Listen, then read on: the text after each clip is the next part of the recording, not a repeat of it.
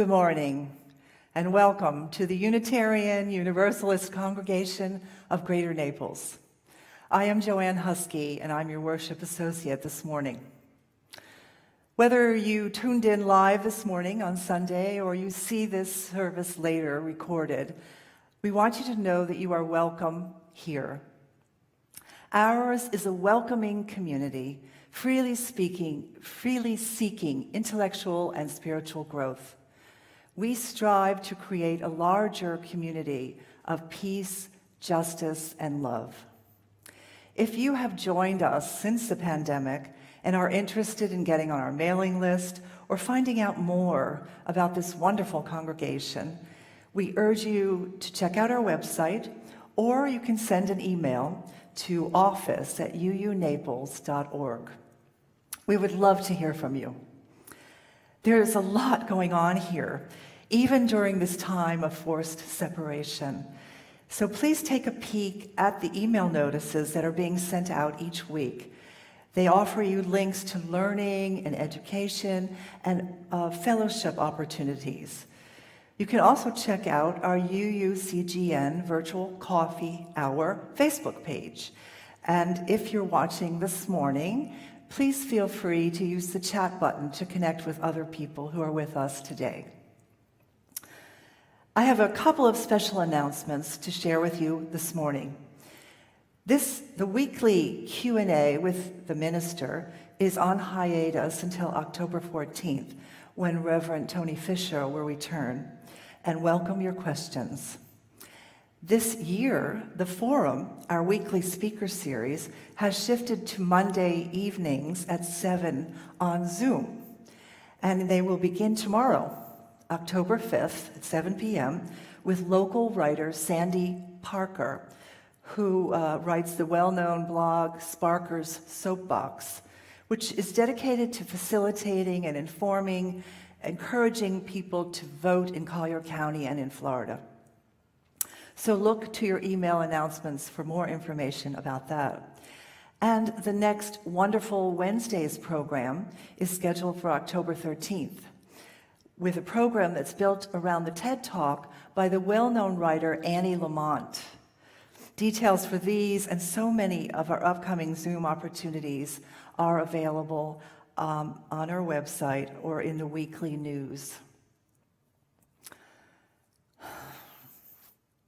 Today we have a very special service for you. These are very stressful times. Anxiety levels are so high. The very ground on which we stand seems to be unstable. It's shifting underneath us. But rather than focus on the stress today, we want to invite you to let today's music flow over you and soothe you and ease your spirit, give you some solace and rest from all the stress. Reverend Tony Fisher is away, and our service leader is Matt Meyer. He's a Unitarian musician, organizer, activist, and worship leader. Matt has led worship for hundreds of congregations, traveling the country, sharing a message of love and justice through his rhythm and his song. He's been blessed to perform with Issei Barnwell of Sweet Honey in the Rock, Pete Seeger, Emma's Revolution, Peter Meyer, Jim Scott, Nick Page, the Halalisa Singers, Samba Terra Matera, and many others. He has a degree in hand drumming from the Berklee School of Music and has studied abroad in Cuba, Ghana, and in Central America. Much more about Matt and his background is available on his website, rhythmrevelations.com. So, Matt and I invite you to relax into the rhythms of his selections, beginning with this morning's prelude, an improvisation on the doumbek, an instrument with many styles and many names, which speaks to its popularity among many cultures. The doumbek is a goblet-shaped drum played in Northern Africa and in the Middle East. Traditionally, it's made out of metal or ceramic, and it's covered with a fish skin head. So please get comfortable. Take a deep breath. Turn off your cell phones, and let's center into our time of worship with the prelude.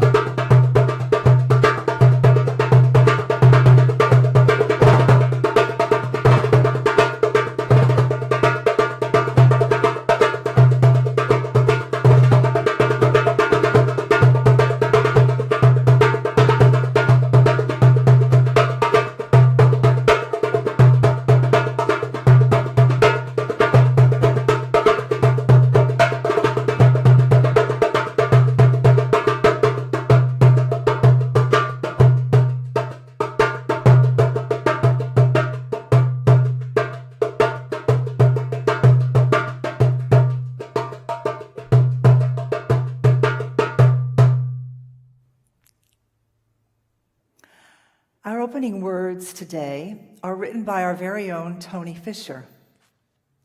Listen. Eyes open, awake to another day. Wait. Before you stir, wait. Listen. Heart beats. Breath moves in and out. Listen. All too soon the day will unfold. Minutes and hours will tumble over each other. Wait. Listen to your heart. Where would it take you today if you let it? What new path? What new practice? What new rhythm? Wait. Before you stir, listen. Now please join me in reading the response on the screen as I light our morning's chalice. May the flame that stirs our hearts and remind us of our mission to be truly welcoming, to grow in mind and spirit, and to widen the circle of peace, justice, and love.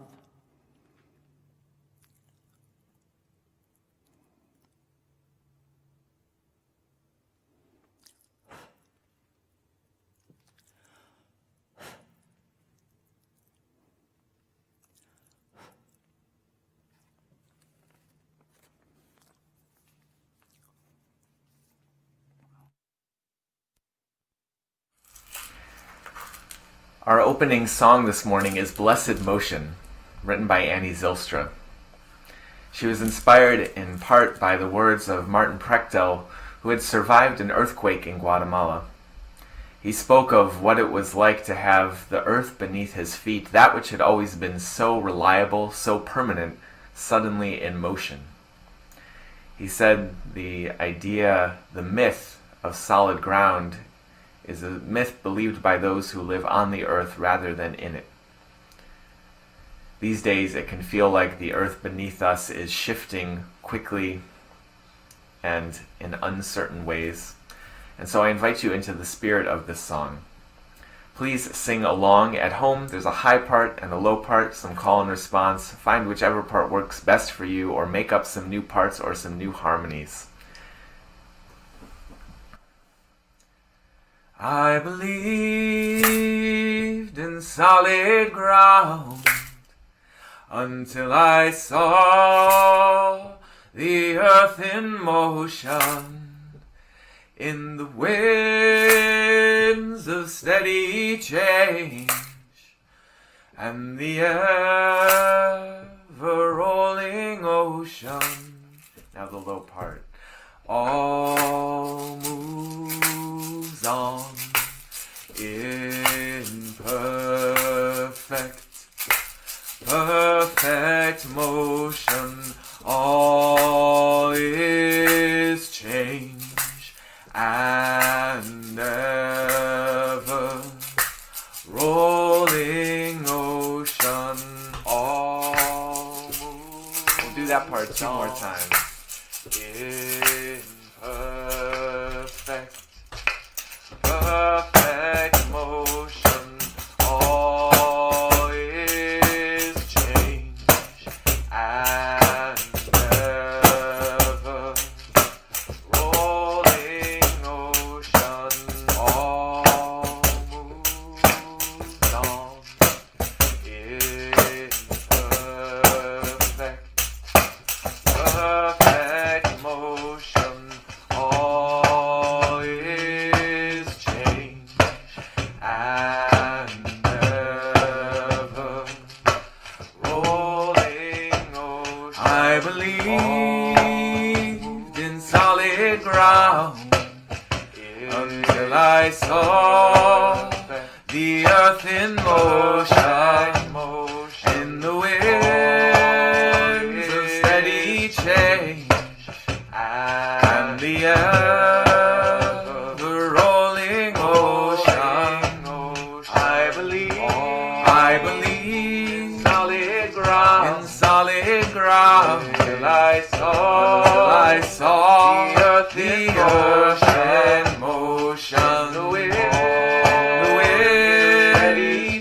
of steady change, and the ever-rolling ocean. I believe in solid ground till I saw the ocean motion, and the wind of steady change, and the ever-rolling ocean. I believed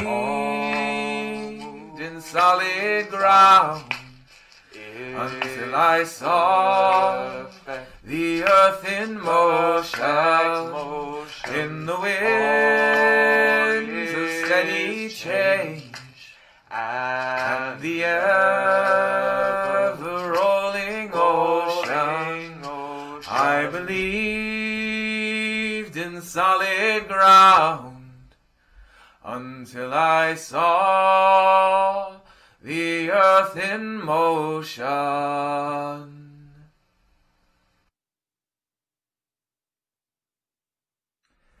I'd like to share a story with you all this morning. This is a story about a young girl named Miriam. Now, Miriam was just about to enter the 4th grade, and she was thrilled, because that was the year in her school when every student got to learn an instrument and play in the school orchestra. And Miriam loved music. So on the first day of class, she showed up to the orchestra room extra early. She walked in and she looked around at all of the wonderful instruments. There was the giant bass drum, the beautiful violins, shiny brass trumpets. She wondered which instrument she would get to play in the orchestra. She saw her teacher, Miss Berman, there, and she said, "Here I am. What instrument do you need me to play in the orchestra?" Miss Berman looked at her. "Miriam, right? I think I've got just the right instrument for you." And she disappeared a moment later into her office and came out again with a tambourine. "A tambourine?" Miriam said. "Well, is that even an instrument?" "Well, of course," said Miss Berman. "Every great orchestra needs a great tambourine player, and you are our tambourine player." Well, Miriam took the tambourine, but for the whole rehearsal all day long, she ended up just playing the same rhythm over and over. It went like this. Dot, da, da, dot, dot, dot. Can you all try that? Dot, da, da, dot, dot, dot.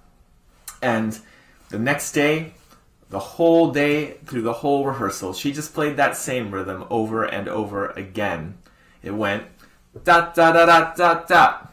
And then Wednesday and Thursday and Friday, the whole rest of the week, it was that same rhythm over and over and over. It went dot, dot, dot, dot, dot, dot. And you might guess Miriam was not any more excited about the tambourine at the end of the week than she had been at the beginning.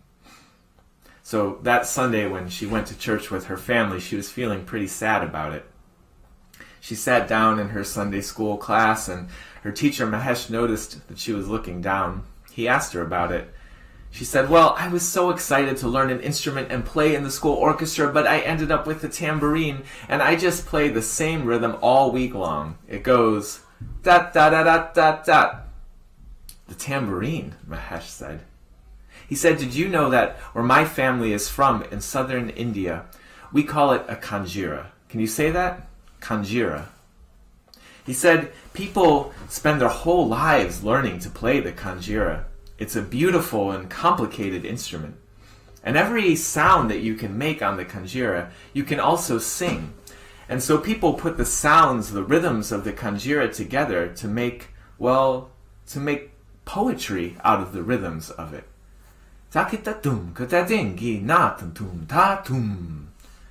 People write whole books of the poetry of the kanjira. Where I come from," he said, "the tambourine is an instrument for creating poetry and, beauty in the world." "Poetry and beauty," Miriam said. "Can you all say poetry and beauty?" Well, that doesn't sound so bad. After church, all the adults were running around at coffee hour, but Miriam sat by herself, and a family friend came to join her. Anna sat with her, and Anna remembered. She said, "This was the week you were going to begin the 4th grade and play in the school orchestra. How's it going?" "Well," Miriam said, "I ended up with the tambourine, and I just play the same rhythm all week long. It goes dot, dot, dot, dot, dot, dot." "The tambourine," Anna said. She said, "Did you know that where my family is from in Brazil, we call it a pandeiro? Can you say pandeiro?" She said, "People have been playing the pandeiro for generations in Brazil. And in fact," she said, "when my ancestors were brought to Brazil as enslaved people, they would play the pandeiro as a way to bring the community together, to sing and dance and take care of each other even when times were so difficult. And they would even use the music of the pandero to secretly practice martial arts to protect themselves against the people that held them as slaves. Well, where I come from, the tambourine is an instrument for creating community and safety. Safety and community, Miriam said. Can you all say safety and community? Well, that doesn't sound so bad. So Miriam was thinking about all of this when she went back to school the next day. She saw her teacher, Ms. Berman, there, and she told her about the kanjira and the pandero, about poetry and beauty and safety and community. But she said, I don't know what any of that has to do with me. I'm still playing the same rhythm all week long that goes dot dot dot dot dot dot. Well, Ms. Berman said, Miriam, do you know where your name comes from? Well, of course, from my parents. Well, right, said Miss Berman, but do you know who Miriam was? She said, in your family's history, there's a story of the ancient Israelites fleeing slavery in Egypt to travel towards freedom. And while they were making their way on their path to freedom, when they were making that dangerous journey, they stopped to celebrate that they were on their way to a better place. And it was a woman named Miriam who got that party started with her tambourine. And women like Miriam in ancient Israel and all over the Middle East would play the tambourine for weddings and festivals and celebrations. In your family's history, the tambourine was a way of celebrating love and celebrating freedom. Love and freedom, Miriam said. Well, that sounds pretty good. Eventually, Miriam went on to try out some of the other instruments in the orchestra. She played a bit of the bass drum and tried out the violin and played some trumpet, but she always remembered this story of the tambourine. How all around the world and all throughout history, people had taken the simplest of instruments they had in their hands and found ways to use those tools to shape their community, to create poetry and beauty, safety and community, to celebrate the journey we're all trying to make towards love and freedom. Part of what we do here on Sunday mornings when we gather to worship in whatever ways we gather is not just to come together and remind each other about the values that are most important to us, but to think together and even challenge each other to think of how we can use whatever instruments, whatever tools we have in our hands to shape the world around us, to create the kind of world we want to live in together. May it be so. Our centering song this morning is Ilu Finu. The words are a line from a traditional Hebrew poem that reads, Ilu Finu Male Shira Kayam. This translates to let's have songs to fill our mouths as full as the sea. The tune, written by Rabbi Miriam Margolez, provides a contemporary setting with 3 independent harmony lines. So listen and find your place in this song. The words again are Ilu, Finu, Male, Shira, Kayam.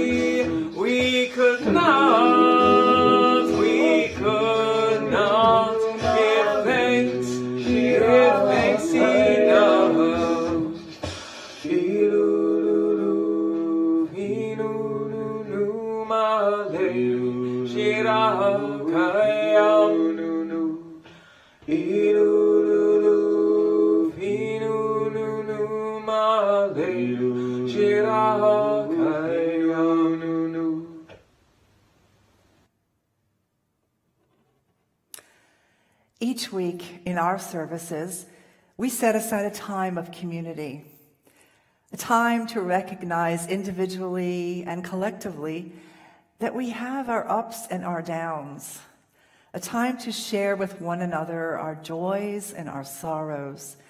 And in so doing that, we build community and compassion.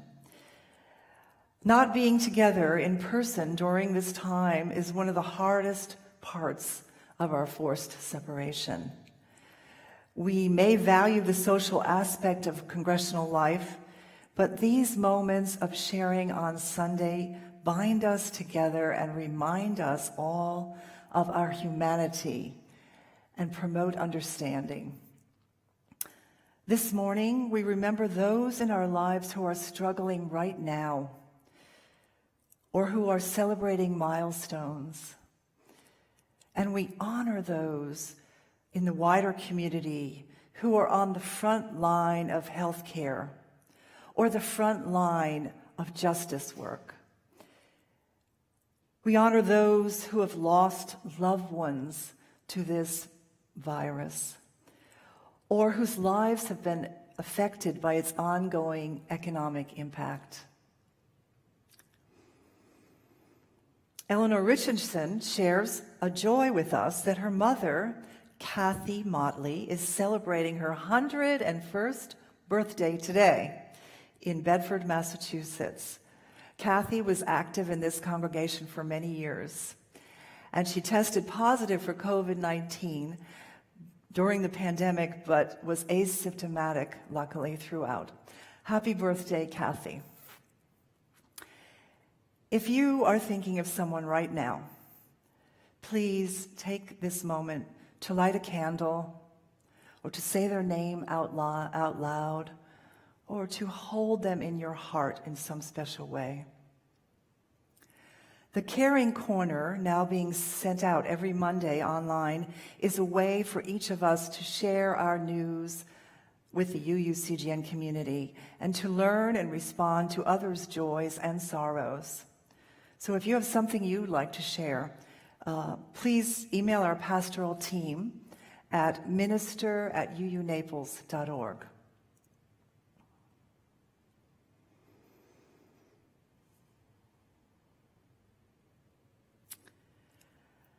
As we enter today into our time of meditation this morning, it might be good to acknowledge that our lives are in flux, buffeted by things within and beyond our scope to change. We really are standing on shifting ground. Nothing feels stable. Thus, it's sometimes better to kind of lean into the motion and find within new ways to live. Our meditation this morning is by Reverend Tanya Marquez, Assistant Minister at the First Unitarian Universalist Church of San Diego.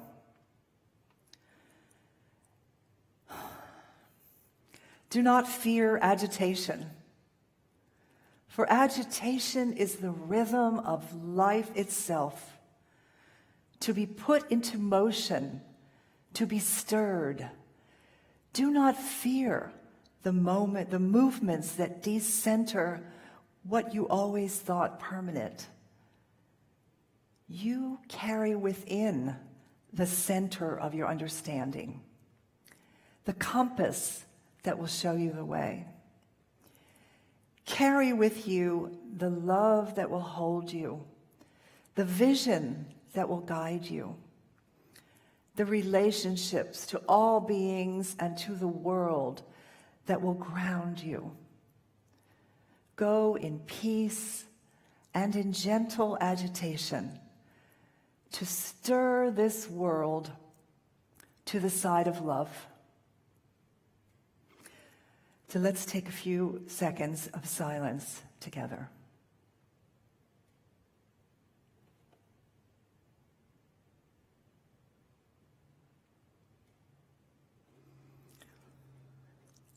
Now is the time to express our gratitude for this community, its work, its vision, and all the ways that it nourishes our lives.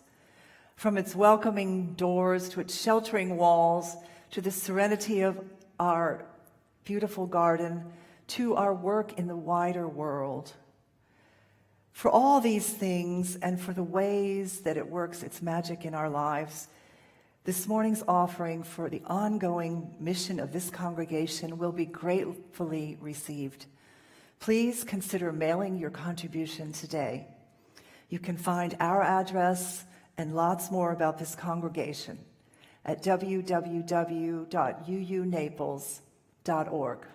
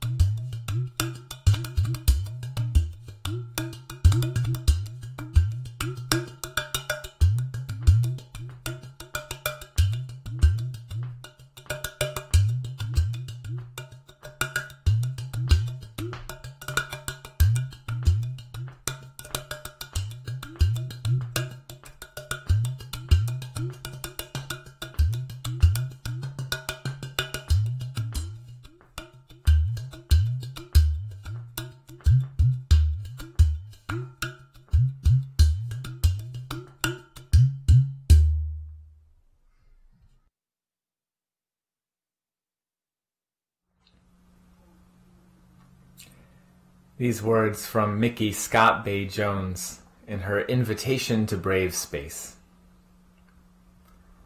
Together, we will create brave space, because there is no such thing as safe space. We exist in the real world, we all carry scars, and we have all caused wounds. In this space, we seek to turn down the volume of the outside world. We amplify the voices that fight to be heard elsewhere. We call each other to more truth and more love. We have the right to start somewhere and continue to grow. We have the responsibility to examine what we think we know. We will not be perfect. This space will not be perfect. It will not always be what we wish it to be, but it will be our brave space together, and we will work on it side by side.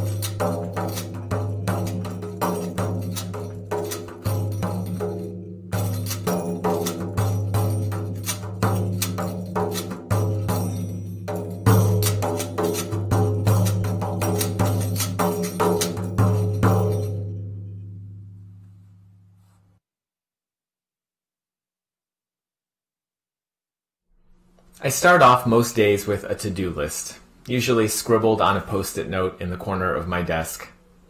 And on that list most days is writing, but it's something I struggle to make time for. One of my favorite authors, Anne Lamott, talks about how hard it is, in fact, to just sit down every day and put your butt in the chair and make time for writing. She says the discouraging voices will hound you. This is all piffle, they will say, and they may be right. What you are doing may just be practice, but practice is how you're going to get better. Some of the best writing advice I ever got was from a teacher who said, for now, don't write. Just write what you would write if you were going to write. I sometimes feel like in all the years since I got that advice, I haven't written anything yet, but I have written a lot about what I would write if I did. You might call this the practice of practicing, learning how to practice. The demons of perfectionism stand in the way of good writing, just as they stand in the way of creative risk-taking in general. Which is unfortunate because building a life for yourself that doesn't yet exist in any way requires some creative risk-taking. And certainly these days, being your best self, even in uncertain and anxious times such as these, requires setting aside those discouraging voices that show up. And perhaps even more so, trying to build a world of justice and equity and compassion when the fires are burning, when violence is still too much with us. Well, that requires setting aside the voices that say your efforts are just piffle. When the demons of perfectionism show up like that for me, I try to practice the practice of showing up for myself and for others. Learning how to practice has certainly been part of my journey as a musician. One of the requirements for all students at Berklee College of Music, where I attended years ago, was 4 semesters of ear training. Now, ear training is learning how to sing a song just by reading the notes on the page, and learning how to write down the notes of a song just by listening to it. Now, when I first began school, I knew that there certainly were people who were capable of this kind of magic, but it all seemed like some kind of Harry Potter nonsense to me. Like, you may as well ask me to make a feather float above my desk using a conductor's baton.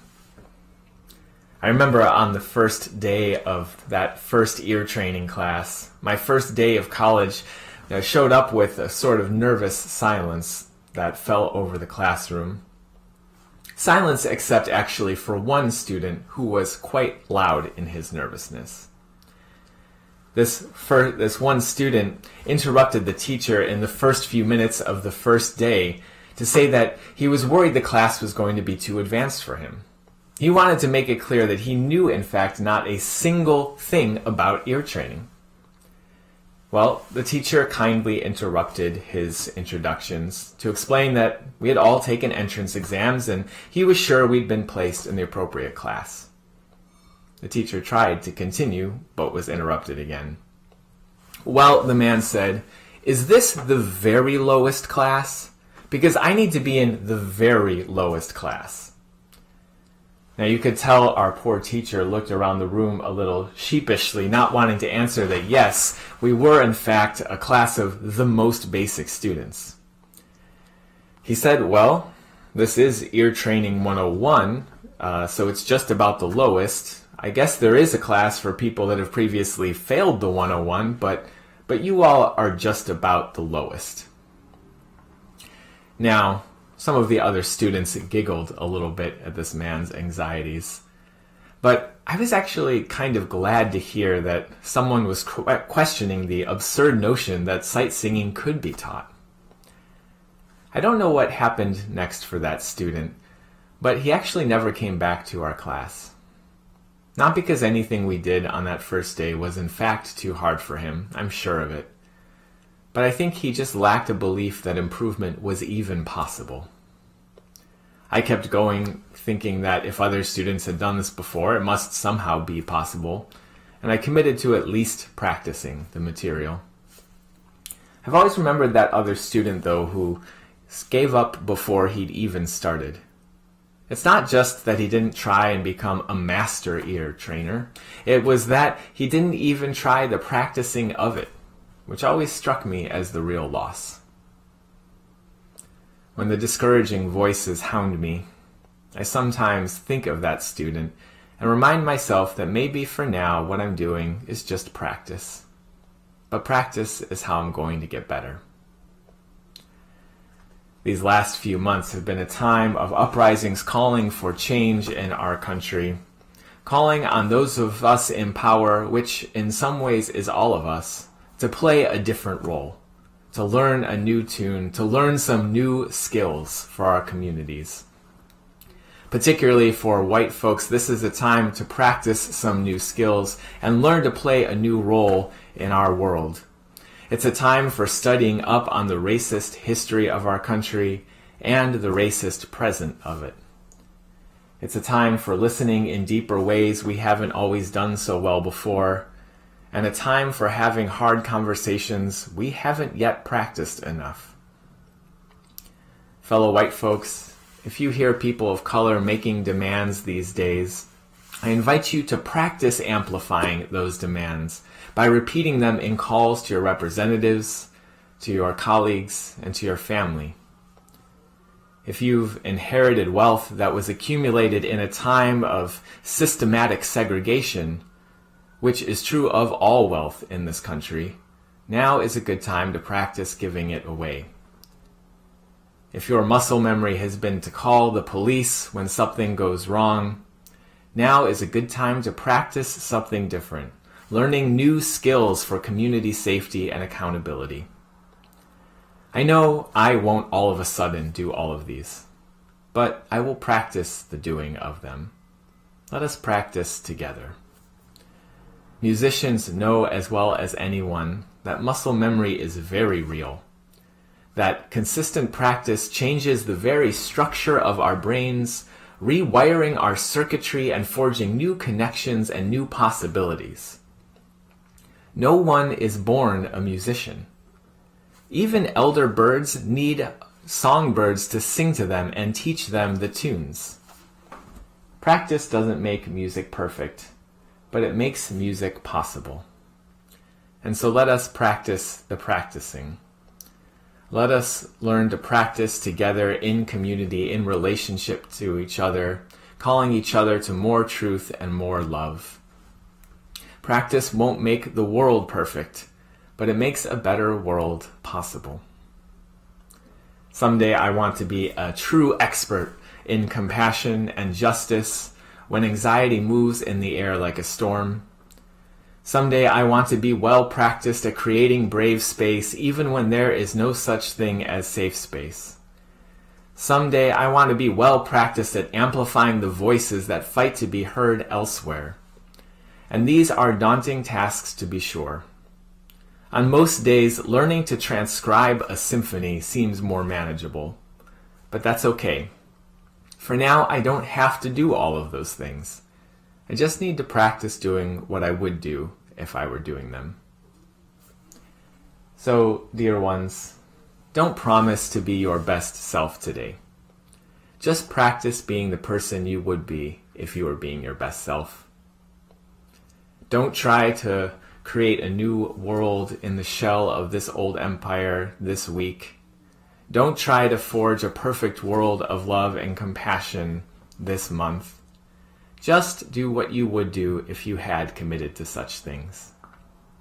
You have the right to start somewhere and continue to grow. We all have the responsibility to examine what we think we know. And so let us start together. Let us grow together. And let us practice together. May it be so.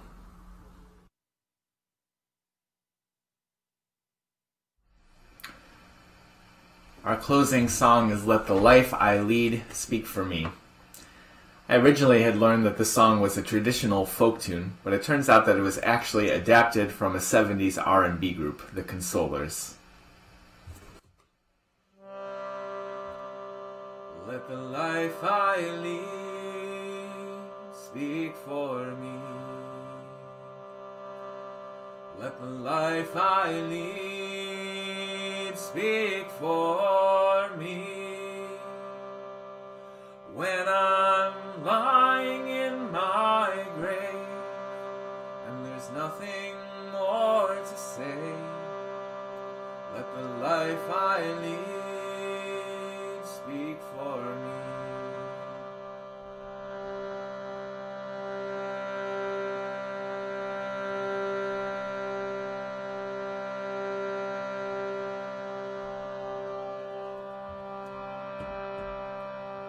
Let the life I lead speak for me.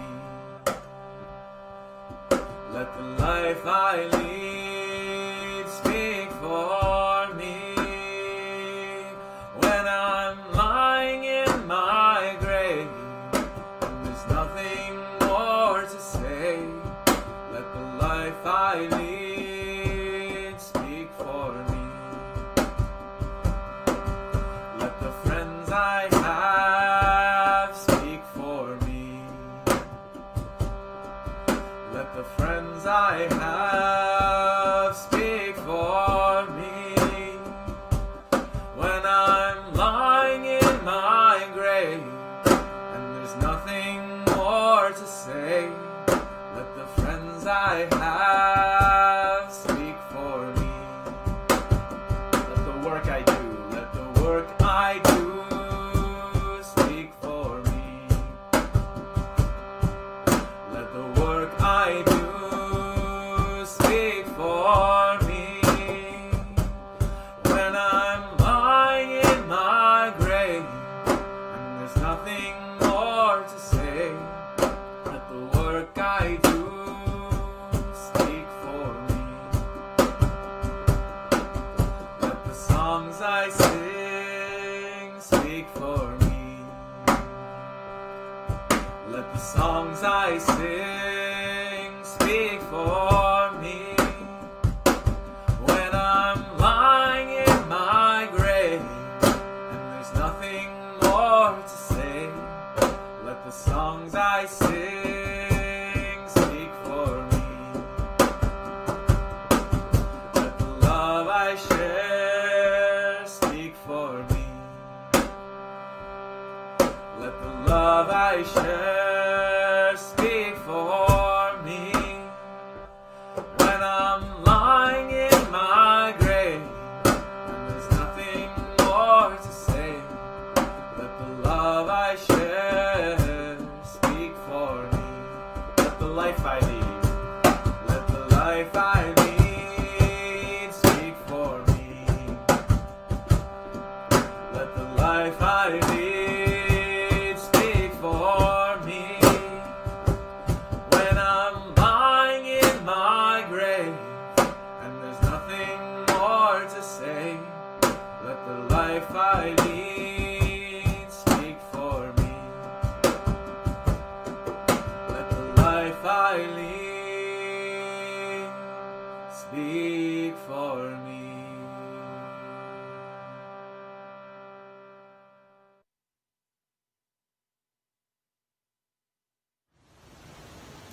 Beloveds, don't try to be your best self today. Just be the person you would be if you were practicing being your best self. Don't try to build a new world in the image of love this week. Just do what you would do if you had committed to such things. You have the right to start somewhere and continue to grow. We all have the responsibility to examine what we think we know. And so let us start together. Let us grow together. And let us practice together. Go in peace, go in love, and go and be blessed as you are a blessing to others.